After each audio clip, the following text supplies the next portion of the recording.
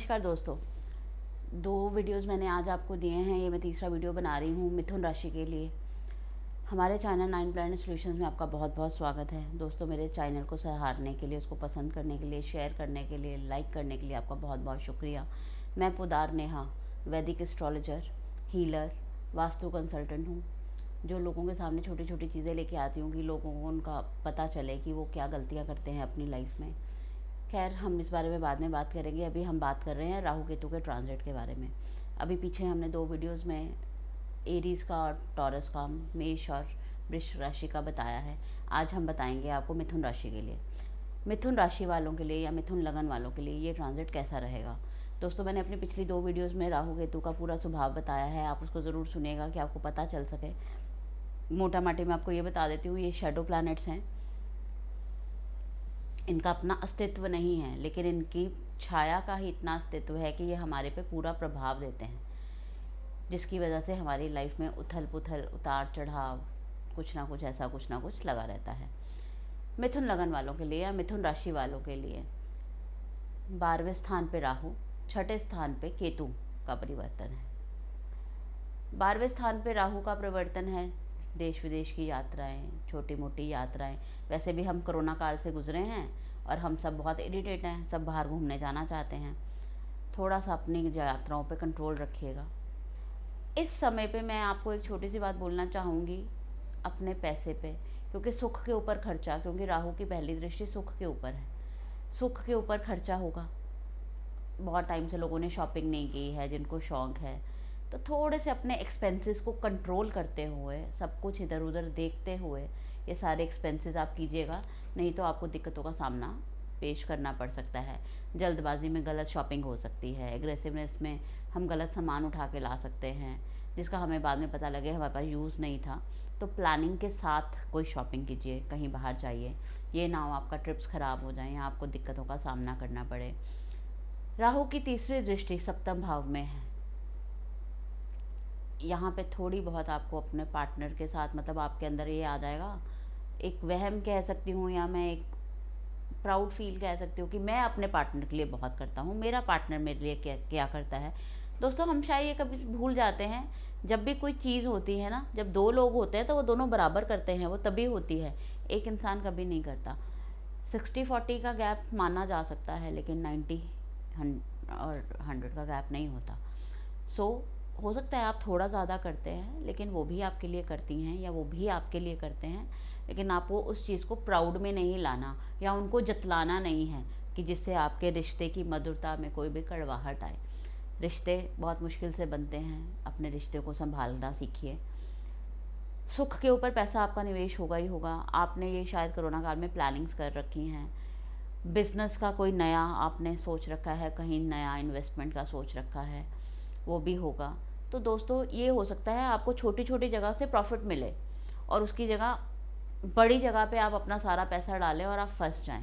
मतलब एक इंसान आपको धोखा दे सकता है, जिसके फुल चांसेस हैं, जिनका भी जेमिनी लगन है या उनकी राशि है, वो जब भी कोई इन्वेस्टमेंट करें या कोई भी बिज़नेस करना जाएं, तो वो जिसके साथ बिज़नेस कर रहे हैं, जहाँ पे इन्वेस्टमेंट कर रहे हैं, उसकी पूरी खोज पड़ताल कर लें, तहकीकात कर लें, कि जिसकी वजह से उनको नुकसान का सामना ना उठाना पड़े।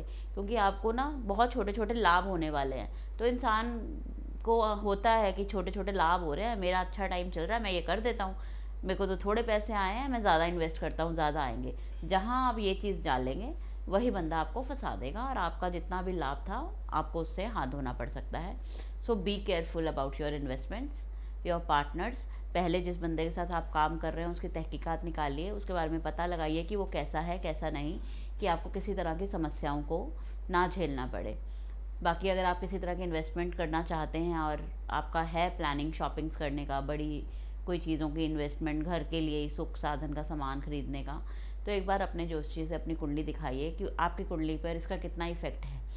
हो सकता है आपका बेसिक कुंडली, जब आप पैदा हुए थे, जो आपका D1 चार्ट है, जिसको हम लोग हमारी भाषा में D1 चार्ट बोलते हैं, आपका बर्थ चार्ट है, उसके अकॉर्डिंगली आपको इसके फलों में स्ट्रेंथ का फ़र्क पड़ सकता है।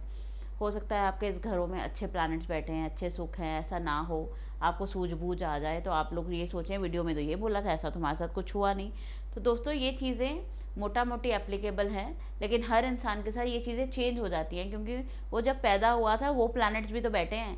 इस टाइम अगर हम आपकी कुंडली देखेंगे तो हम उस कुंडली में 18 ग्रह बिठाएंगे, 9 हैं, 9 जो आपके बर्थ चार्ट में थे, 9 जो अभी इस टाइम ऊपर यूनिवर्स में चल रहे हैं, तो हम उसके आधार पर प्रिडिक्शंस करते हैं।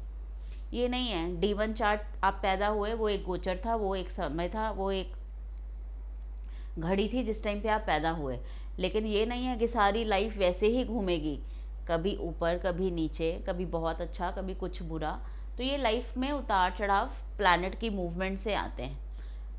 आपकी कुंडली में इस गोचर का प्रभाव ऐसा होने वाला है, आपको ऐसी चीज़ें होंगी, ये पक्का है, लेकिन इनका स्ट्रेंथ क्या है वो आपका D1 चार्ट भी बताएगा, बर्थ चार्ट भी बताएगा, जो आपको एक एस्ट्रोलॉजर ही बता सकता है।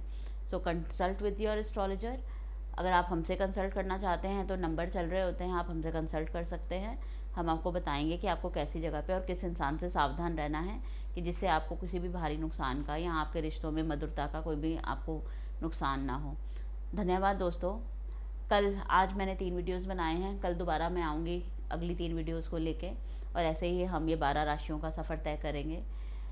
किसी भी तरह की गलतफहमी में मत रहिएगा, किसी भी तरह के भाव में मत रहिएगा कि राहु केतु बुरा ही करते हैं। कुछ लोगों के साथ बहुत अच्छा करते हैं, बहुत अच्छे कंसल्टेंट्स, बहुत अच्छे पॉलिटिशियंस, बहुत actors, specially actors, Rahu Ketu की दशाओं में और अंतरदशाओं में उनका टाइम एक ऐसा टाइम आया होता है, they will be in high. अब जैसे मैं आपको एग्जांपल के तौर में बनाती हूँ, ऐश्वर्या राय जी, उनकी राहु की दशा हुई, वो मिस इंडिया बनी, राहु की दशा में उनका पीरियड रहा और उसके बाद वो धीरे धीरे राहु की दशा गई और वो इस चीज़ से बाहर चली गई। ये एक मोटी माटी एग्जांपल थी आपके सामने।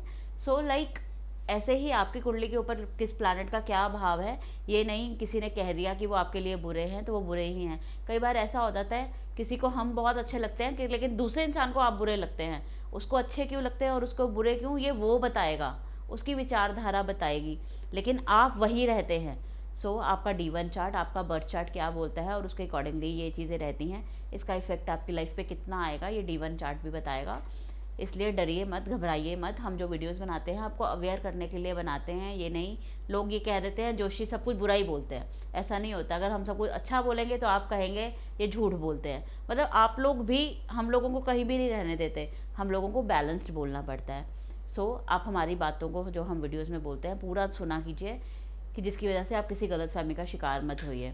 धन्यवाद दोस्तों। कल फिर मिलती हूँ आपको अपने अगले वीडियो के साथ। कर्क राशि वालों के लिए मैं कल लेके आऊँगी वीडियो। शुक्रिया।